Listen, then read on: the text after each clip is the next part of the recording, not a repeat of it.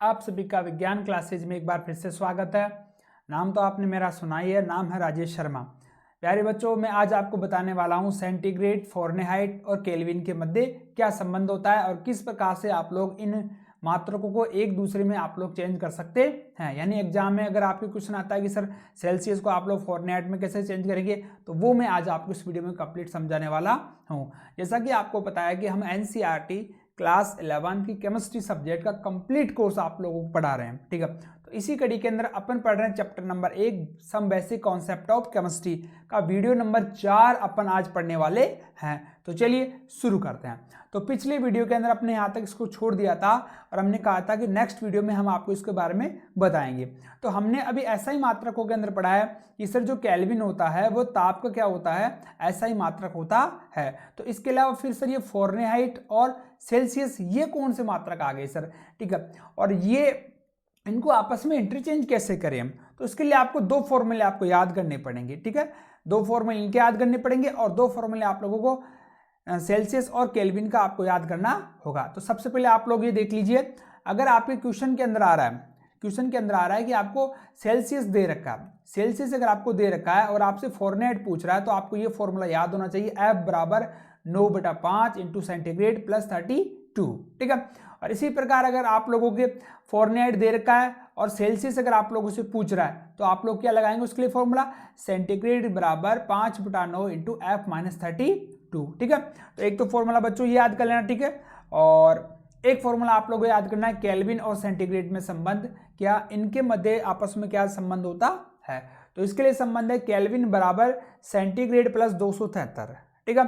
और इसी प्रकार सेल्सियस अगर आपको याद करना है तो केल्विन के अंदर से आपको 273 को घटा देना है। तो अब ये जो मैंने आपको फॉर्मूला बताया यार, इनको पुटअप कैसे करेंगे, तो उसके लिए मैं आपको फटाफट से उदाहरण लेके बताता हूँ। देखिए उदाहरण क्या है, 25 डिग्री सेंटीग्रेड को फ़ारेनहाइट में आपको बदलना है, ठीक है। तो 25 डिग्री सेंटीग्रेड को आप लोग फ़ारेनहाइट में कैसे बदलोगे, तो इसके लिए आपको सबसे पहले फॉर्मूला आना चाहिए, जो आप लोगों को मैंने इधर यहाँ पर लिख दिया है, ठीक है। तो यार अब उसमें करना क्या है आपको, अब यहाँ पर करना कुछ नहीं, आप लोगों को सेंटीग्रेड की वैल्यू अपने को दे रखी है, फॉर्मूले में आपको क्या करना है, इसको पुट कर देना है। तो चलिए निकालते हैं, फ़ारेनहाइट बराबर 9/5 इंटू सेंटीग्रेड की जगह है यहाँ पर 25 और प्लस के 32, बस सॉल्व कर लो इसको।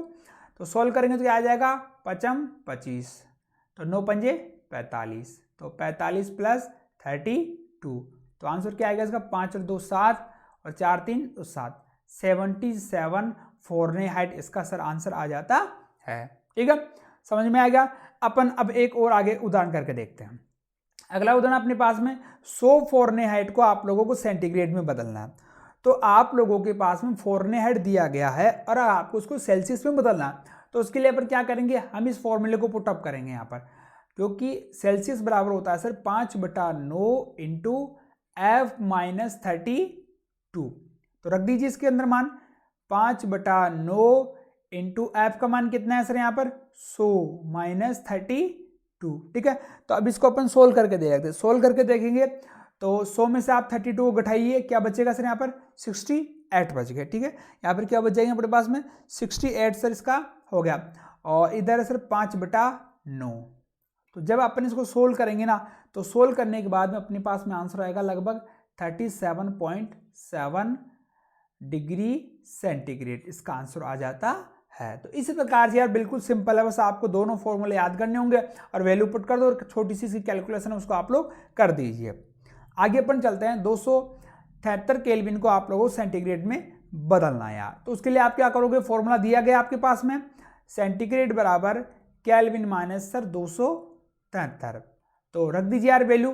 केल्विन की वैल्यू कितनी है सर यहाँ पर 273 दे रखी है, तो 273 के अंदर से आप लोग 273 घटा देना, बच गया क्या सर 0 डिग्री सेंटीग्रेड, सर इसका आंसर आ जाता है। यानी कि सर मतलब क्या हो गया कि अगर 273 केल्विन होगा तो उसका वैल्यू होगा सेंटीग्रेड के बराबर कितने, 0 डिग्री सेंटीग्रेड के सर अपने बराबर यहाँ पर देखते हैं। एक अपने पास में एक छोटा सा ड्रॉ है, उसको आप लोग एक बार देख लीजिए कि इनकी वैल्यू इनकी तापमापी पर किस प्रकार से आती है। अगर मैं बात करूँ केल्विन की, तो केल्विन के अंदर अगर 273.15 अगर पैमाना आ रहा है तो वो सेल्सियस के 0 डिग्री के बराबर होगा, और फॉरनहाइट के 32 फॉरनहाइट के बराबर होगा, जो होता है जल का हिमांक, यानी इस बिंदु के ऊपर जल जमना शुरू हो जाता है। अगर अपन बात करें आगे केल्विन, केल्विन के अंदर यहाँ पर 298 अगर पैमाना आ रहा है, इसका मतलब ताप कौन सा हो गया सर, 25 डिग्री सेंटीग्रेड का ताप। और फॉरनहाइट पे क्या हो जाएगा सर, 77। इसी प्रकार अगर केल्विन के अंदर 310 केल्विन अगर ताप आ रहा है तो सेंटीग्रेड में क्या हो जाएगा, 37 हो जाएगा, जो मानव शरीर का तापमान होता है। और फ़ारेनहाइट में लेंगे तो 98.6 डिग्री फ़ारेनहाइट इसका आंसर होता है। और केल्विन के अंदर 373 केल्विन दे रखा है, तो उस पर क्या होगा, जल उबलना शुरू हो जाएगा, यानी वो क्या होता है, जल का क्वथनांक होता है। तो सेल्सियस में इसकी वैल्यू आ जाएगी 100 डिग्री सेंटीग्रेड, और फॉरनहाइट में आएगा 212 डिग्री फॉरनहाइट। ठीक है, तो मेरे हिसाब से शायद आज आपको समझ में आ गया होगा। फिर भी अगर आपकी कोई सवाल है तो मुझे कमेंट में बताइएगा। एक आपके लिए क्वेश्चन है जिसका आंसर आप लोग मुझे कमेंट में बताएंगे। आंसर यही है, 137 फॉरनहाइट को